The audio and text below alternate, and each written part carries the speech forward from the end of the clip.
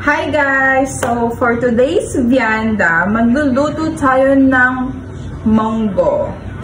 Pork munggo. Ano yung pork munggo? Basta munggo. So ready na ang ating mga kasangkapan here. Ito ang ating alugbati. Tapos yung baboy natin. Tapos ito yung mga ricados. And then, naglalaga na ako ng munggo. Oops. Nilalaga natin yung munggo, maghihiwa na tayo ng mga ricados natin. Alam nyo ba guys, dapat kahapon ko to siyang lulutuin. Nasa palengke na ako kahapon. Tapos, di ba nga yung reason na pagpunta ko ng palengke is luluto ko ng munggo. Nakapunta ko ng palengke, tapos ang pinaka nakalimutan ko yung munggo. Naalala ko nung nasa jeep na ako. O diba? Ganun ako katanga. Magluluto ako ng munggo pero nakalimutan kong bilhin yung munggo. Share ko lang. Maghihiwa lang tayo ng dalawang pila. Hindi masyadong hinog yung kamatis natin. Walang hinog. Iisa lang. So, damihan natin yung kamatis. Yun. Nainis ko na talaga kasi magluto ng mga ganito kasi sa Zamboanga before, ako talaga yung nagluluto sa amin. Hindi ako tinuturuan ng lola ko. Alam niyo yun, nung bata ako, si grandma, kapag nagluluto siya, naandun ako, like, paabot nga nito, Jade, paabot nga nito. Parang, tapos, habang nilalagay niya yung mga ingredients, parang nakakabisado ko na, ay, ganun pala kung paano magluto. And then, yung una kong niluto, hotdog, nung bata ko noon, grade 8 grade 8. Sabi, ang tawag doon, yung ganun-ganunin. Basta iluto ko na yung hotdog kasi nagmamadali na kami that time.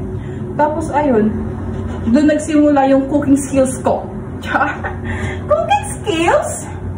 Wala lang guys, share ko lang yung mga etche-bureche sa buhay.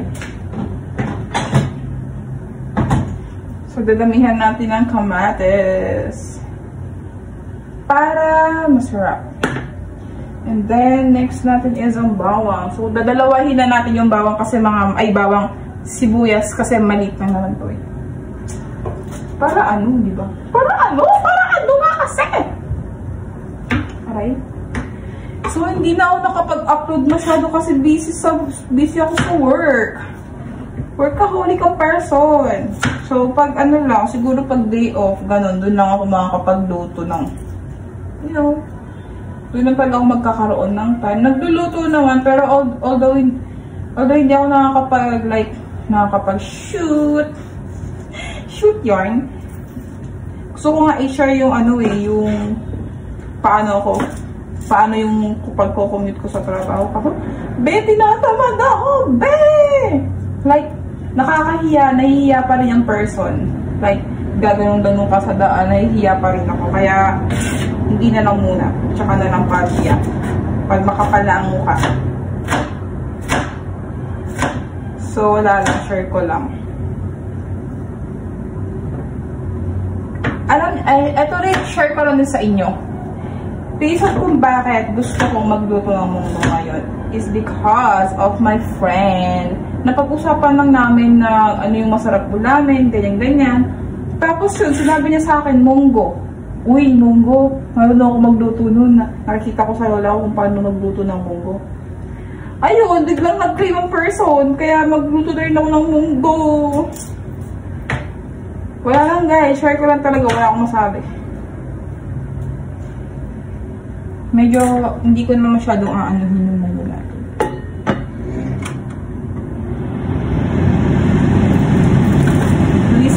Lately kasi, parang puro kasi kami junk foods. Puro kami mga processed food.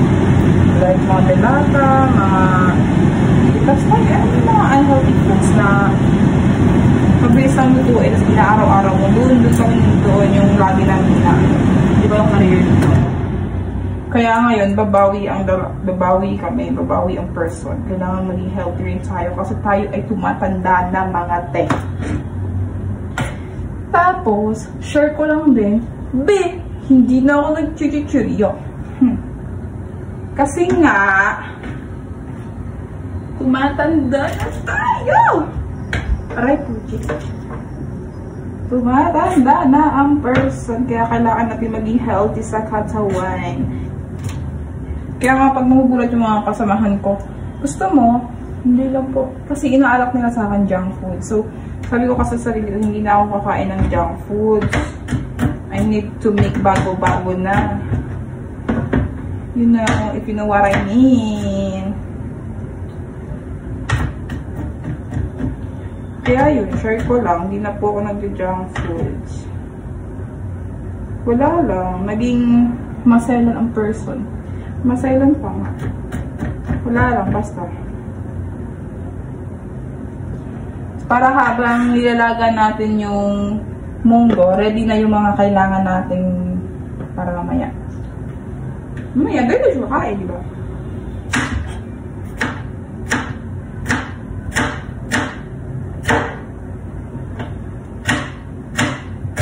Tsaka ako lang ba, kapag mag-isa lang ako sa bahay, parang nakakatamad kaya magluto. Yung magluluto ka ng marami, tapos ikaw lang kakain. Kaya yung basta yun, ginahan akong magluto. Nagkaroon ako ng kanang magluto.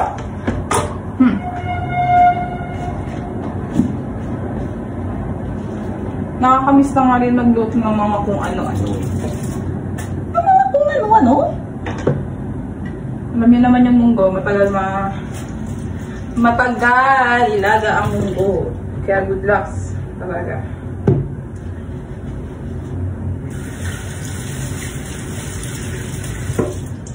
Anong oras na? Hindi pa ako nag-aalmusal mga te. Ito yung inaantay ko.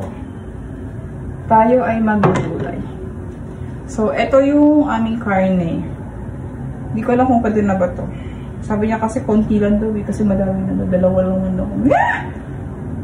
So, pwede na to. Sabi niya naman eh. So, naantay lang natin. Malaga yung munggo. Okay guys, luto na nga pala yung ating munggo at sinalang ko yung karne. Kasi aantayin ko siyang mag-brown-brown. Ayan, hindi ba kita? Aantayin ko yan mag-brown-brown. And then, tsaka ko na ilalagay. Lalagyan ko ng oil, tapos yung mga ricados. Lalagyan na natin ng oil.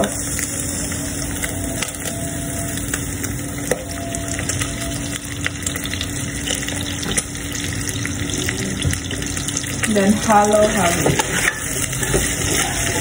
Pag medyo brown-brown na siya, actually brown naman eh. So, ilalagay ko na rin ang ating kamatis na rin. Para isahan na lang. Kamatis. Guys, hindi ako expert ha. So, inuna ko lang yung, kung hindi ganito yung way ng pagluluto nyo, kanya-kanya po tayo. Yung akin kasi, isang way, bakit ko inuna yung karne, hindi ako magtutubig-tubig yun. Hindi ko naman nilaga yung karne. Kaya nilagay ko yung karne, and then pag nagtubig-tubig siya, pag natuyo na yung tubig, medyo malambot na yon. So, curry bells na yon. Ngayon, nilagay ko ng kamatis. Sulit ko na rin yung bawang sibuyas. Para isahang gisa na lang. Diba?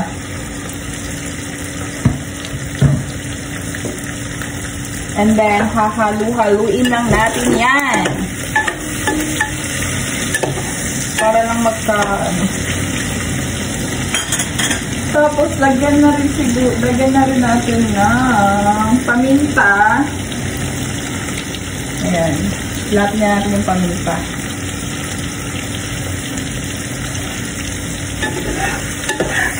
Para masarap! And then, tatakpan lang natin. So, guys, lagyan lang natin ng konting tubig kasi natutuyo na siya. Para mag-ano lang din.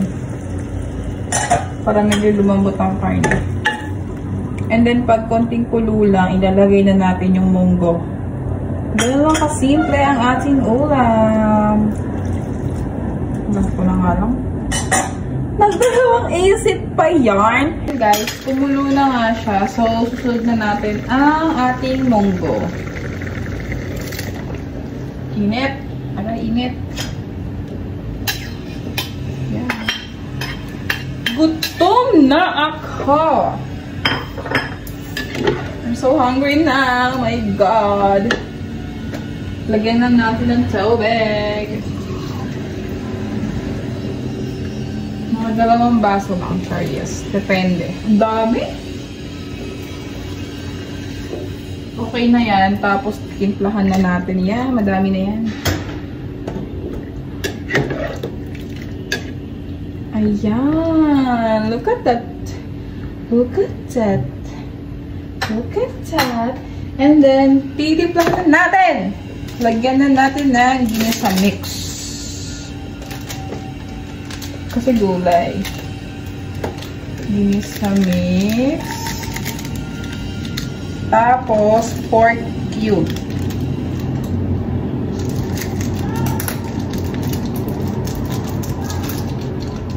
Pork cube. Lagyan na ng pork cubes.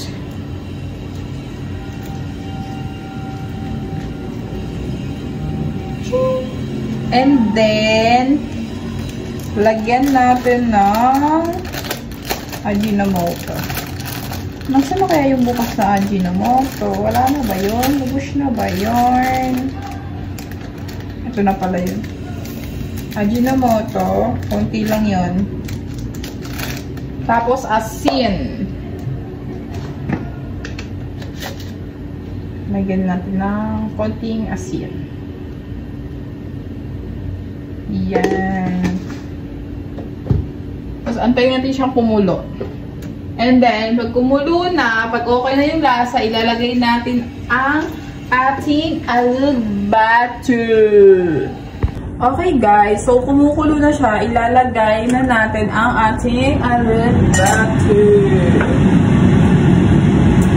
So, nahugasan ko na to, ilalagay na lang natin.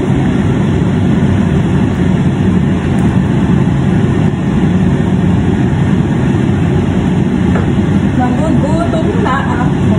Hakalu-haluin na lang natin. Then okay na yan. Konting halo pa. I think. Tapos curry boom boom na yan. Let's taste it.